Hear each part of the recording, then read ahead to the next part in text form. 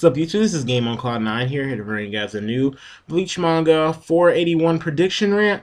And I know a lot of you guys out there did not like 480 that much at all.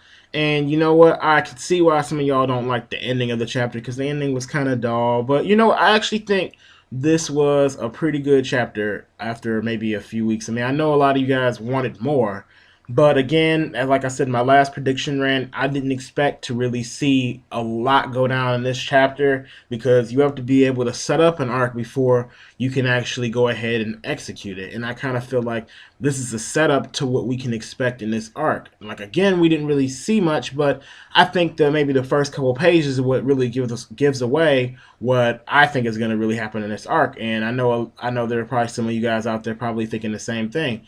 And personally, I think this arc is going to be around the Quincy's. Now, we already know, like, Uryu, of course, and Ryukin, but what if there are some lost Quincy's? And the reason why I think it's going to be about the Quincy's is because, of course, when Kurotsuchi talks about the Hollows and how they're being erased from existence, and there's only one group that can do that, we know that the Quincy's were given that ability to be able to erase Hollows with their Erashi and their arrows and all that kind of stuff. So I'm like, it would make sense if it was them, obviously. And if it isn't, I'm gonna have to say that I think it's at least somebody who has similar abilities to Quincy's, at least similar.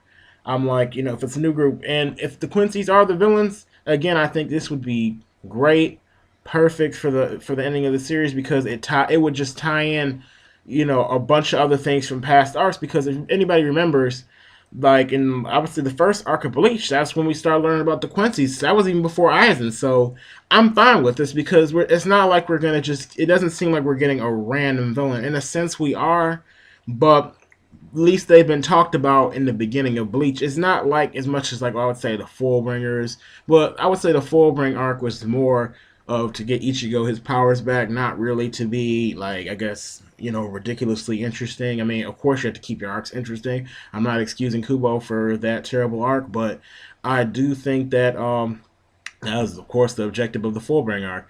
Now, this arc, I'm thinking that we probably will see the Royal Guard. I know how in Kubo's interviews, he did say that we will see, or most likely see, Arrancar like Grimjo and Hallibel, because remember, Grimjo and Hallibel didn't exactly die.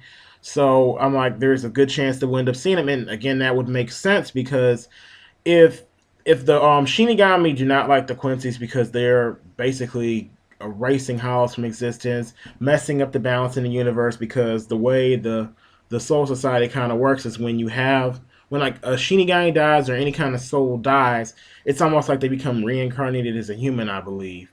Or when a Hollow gets cut down by a Shinigami, their soul gets purified and they go to Soul Society. And again, if they die in the Soul Society, then they basically become reincarnated. But when a Quincy destroys like a Hollow or something, then they basically just go away forever. They're gone. So that I could see how that would be a threat to the Arrancars or something if they're just completely gone. I'm pretty sure they don't want to be completely erased or any of them to be completely erased. So I can see how this somehow bring them in. Not only that, but if all this imbalance is going on and if it gets really bad, especially since it's supposed to be a war, then I could see the Royal Guard stepping in, it causing problems between the Royal Guard. We never know. Maybe the Royal Guard will get sick of it. Maybe they'll try to get rid of everybody and start fresh. I mean, I have no idea how this could go, but we never know how this war could go, but I think that this is something to be excited about. The Quincy's could really bring a lot to this series in a final arc. Gives Uryu development. I'm pretty sure whoever's leading this, this group or whatnot, like especially if it's Quincy's, they're probably at like Yamamoto level or something. They're up there. I'm pretty sure that they're probably even stronger than Ryukin. I mean, I doubt they'd be even weaker, especially if they're supposed to be a villain. Um, as for Aizen, I'm like, this could somehow tie in Aizen. I don't know, but I know this could tie in the Royal Guard. So if it's related to the Royal Guard, in my opinion, it would tie in Aizen in some way. And, I don't think Aizen would come back as a villain. I know a lot of people be praying that Aizen comes back. I don't want Aizen to come back because, if he did come back, I don't want him to be the main villain again. I'm like, and the reason I have a good reason for that is because why would after Ichigo utterly defeated him. I mean, yes, Aizen kind of was, still around, but Ichigo basically brought him down to his knees and all that, and well, that sounded a little bit gay, but he brought him down and got him to basically be weakened so he could be sealed up and all that kind of stuff. Why would he why would Aizen actually sit up here and come back and be OP again and be the dude everybody's scared of again when everybody knows that he can be taken down?